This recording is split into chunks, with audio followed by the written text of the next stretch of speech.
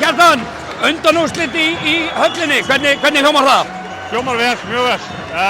Það svona 15 sekúndur sem leik lauk, þannig að þetta ekki alveg komið inn í hausinn á manni, en svona við fyrstu áheyrn hljómar þetta vel.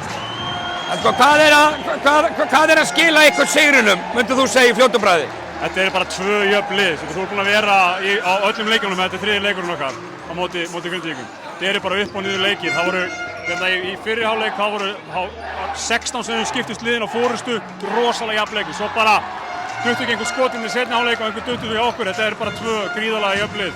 Já, menn ég myndi ekki, ef þú ert Jóhann Þór, myndi þú ekki grípi, afsökunum að nýtingin í 3 stiga og vítum var mjög léleg á Grindavík eða ekki? Ég er Kjartan Atli, þannig ég get ekki svarað fyrir Jóhann Þór, þó að mér finnst hann frábær gæi og mér líkir mjög vel við hann.